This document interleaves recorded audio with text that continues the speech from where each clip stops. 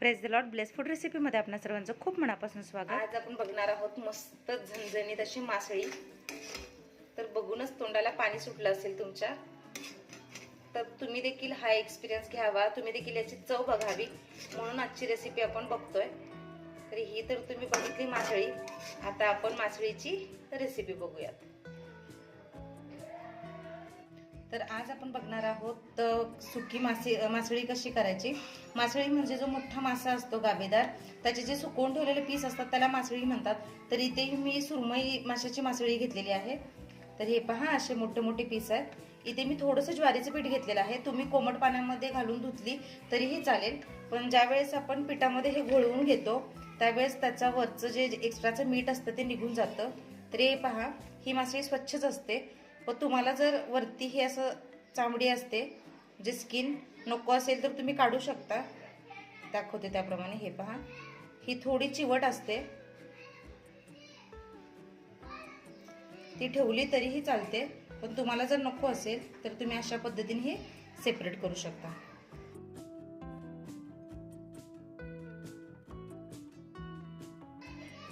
तर हाताला पीठ लावल्यामुळे हात सुळसुळत नाहीत आणि व्यवस्थित हे काढायला मदत होते। तर हे फक्त आपण अशाच पद्धतीने छान घोळवून घेणार आहोत आणि सगळ्या माशाची मी ही स्किन काढून घेते आणि मग आपण पुढची कृती बघूयात। तर हे पहा, अशा प्रकारे मी सगळे याचे जे वरचं आवरण होतं म्हणजे चमडी होती ती काढून घेतलेली आहे, म्हणजे खायला सोपं पडेल, तोंडामध्ये ते येणार नाही। आणि आता आपण यामध्ये पाणी घालणार आहोत। तर काही काही लोक कोमट पाण्यामध्ये पण धुतात, पण तुम्ही थंड पाण्यामध्ये धुवून घेतलं तरीही चालेल, कारण आपण याला पीठ लावून छान चोळून घेतलेलं आहे, त्यामुळे जास्तीचे यामध्ये जे काही मीठ असतं ते देखील निघून जातं। तर हे पाण्यामध्ये असं चोळायचं आणि यातलं पाणी काढून टाकायचं। तर हे पहा, मासळी मी स्वच्छ धुवून घेतलेली आहे, ही खायला खूप छान लागते। आणि हे बघा, ज्यावेळेस तुम्हाला मासे खायची इच्छा होईल त्यावेळेस तुम्ही असं बनवून खाऊ शकता। ही सुकलेली जी मासळी आहे ती अगदी 6 महिने ते वर्षभर टिकते, पण व्यवस्थित हवाबंद डब्यामध्ये ही सुकवून ठेवलेली असते, व्यवस्थित बंद करून ठेवावी लागते। तर हे पहा, धुतल्यानंतर किती स्वच्छ दिसते। आणि इथे मी कांदा घेतलेला आहे बारीक चिरून, टोमॅटो आणि कोथिंबीर। तर कांदा यामध्ये जरा भरपूर लागतो, तुम्हाला किती प्रमाणात बनवायचं आहे त्या प्रमाणामध्ये तुम्ही कांदा आणि टोमॅटो घेऊ शकता। इथे कढई ठेवलेली आहे, आता कढईमध्ये मी तेल घालून घेते। तर मासळी म्हणजे सुक्या माशाचे जे प्रकार करतात त्यामध्ये तेल जरा जास्त घालायचं, म्हणजे छान चवीला लागते, पण जर तुम्ही कमी तेलामध्ये बनवणार असाल तरीही चालतं। इथे मी 4 चमचे तेल घेतलेलं आहे, कारण जवळपास मी ते 4 मध्यम आकाराचे कांदे चिरून घेतलेले आहेत। तर कांदा छान भाजण्यासाठी तेल आपल्याला जास्तच घ्यावं लागतं। आणि इथे मी कमी पीस घेतलेले आहेत, तर एका माणसाला एखादा पीस इतकं पुरेसं होतं। हे ओल्या मासे इतकं जास्त खाल्लं जात नाही, तर हे थोड्याच प्रमाणात खायचं असतं। तर जेवणाची चव वाढवण्यासाठी तोंडी लावण म्हणून मासळीचे प्रकार केले जातात। तर एकदा तुम्ही नक्की ट्राय करून बघा। तर तुमच्याकडे जे सुके मासे असतील ते स्वच्छ धुवून घेऊन तुम्ही त्याची देखील अशा प्रकारे सुकी मासळी बनवू शकता। तर इथे हा माझ्याकडे सुरमई मासा आहे, त्यामुळे तो तुम्हाला इतका क्लीन आणि त्याचे असे पीस दिसत आहेत मोठे मोठे। हे पहा, सुरमई माशामध्ये काटा नसतो, त्यामुळे हे खायला देखील सोपं पडतं। तर घरामध्ये जितकी माणसं आहेत त्या माणसांच्या अंदाजावर तुम्ही माशाचे तुकडे म्हणजेच मासळीचे तुकडे घेऊ शकता।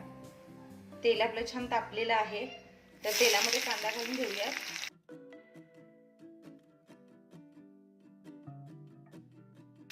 आणि कांदा छान रंग बदलेपर्यंत आणि मऊसूत होईपर्यंत आपल्याला भाजून घ्यायचा आहे। पहा, कांद्याचा रंग छान बदललेला आहे आणि कांदा आपला मऊसूत झालेला आहे। आता यामध्ये आपण टाकणार आहोत टोमॅटो। तर कांदा भाजल्यानंतर कमी होतो, त्यामुळे यामध्ये कांदा जरा जास्त घालायचा आहे, म्हणजे मासळीला चव देखील छान येते आणि मासळी करवटी देखील येते।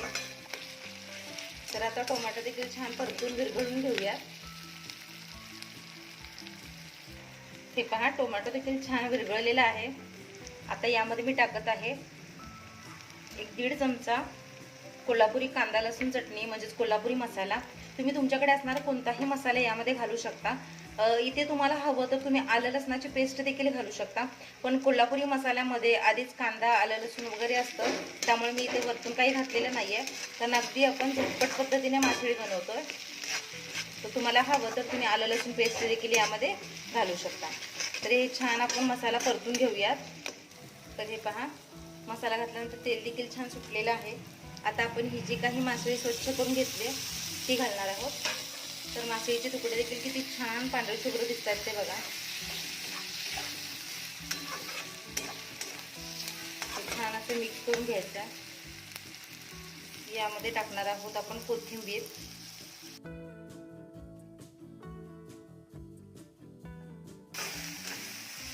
यामध्ये मी मीठ घातलेलं नाहीये. तुम्हाला प्रश्न पडेल यामध्ये मीठ घालायचं नाही का, तर मासळी मिठामध्ये सुकवली जाते त्यामुळे त्याला भरपूरशा प्रमाणामध्ये मीठ असतं. जरी आपण धुवून घेतली तरी त्यामध्ये मिठाचा अर्क हा असतो.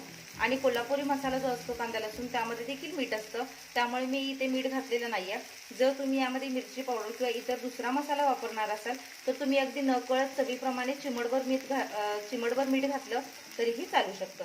तर मी इथे कोल्हापुरी मसाला वापरलाय त्यामुळे मी इथे मीठ घातलेलं नाहीये. तर याला शिजायला अजिबात वेळ लागत नाही. यामध्ये मी अगदी थोडं म्हणजे 1-2 चमचे होईल इतकं पाणी घातलेलं आहे. तर आपल्याला हे पातळ बनवायचं नाहीये, सुकीच मासळी बनवतोय आपण. तर हे पहा,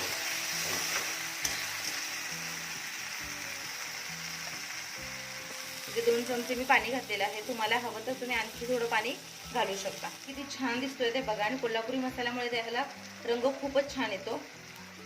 तर हे फक्त आपण 2 मिनिट झाकून ठेवणार आहोत मंद आचेवर, जेणेकरून त्याला मस्त मसाला वगैरे लागेल आणि छान आपली मासळी शिजेल देखील. तर जास्त वेळ लागत नाही, अगदी 2 मिनिटांमध्ये आपली मासळी तयार होते. आणि आता 1-2 मिनिट झालेले आहेत आणि हे पहा मस्त चरचरीत मासळी तयार झालेली आहे. तर सांगितल्याप्रमाणे मासळीला शिजायला अजिबात वेळ लागत नाही. तर हे पहा, हा मासळीचा तुकडा अगदी सहजरित्या हा तुटला. तेल किती छान सुटले ते बघा. गॅस आपण बंद करूया. तर अशा पद्धतीने आपली झणझणीत मस्त अशी सुकी मासळी तयार झालेली आहे.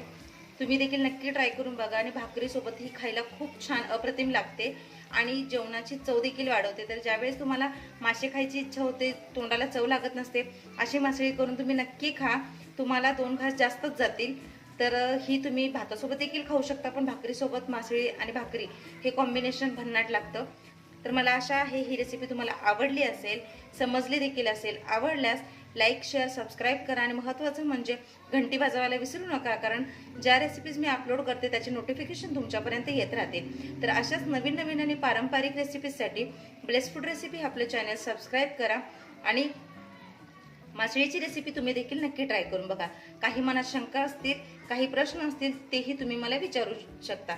आणि तुमचा अनुभव माझ्यासोबत नक्की शेअर करा. छान छान कमेंट्स देखील करा. भेटूया पुढच्या व्हिडिओमध्ये. तोपर्यंत स्वस्त राहा, मस्त खा आणि माझे व्हिडिओ बघत राहा. Bye bye.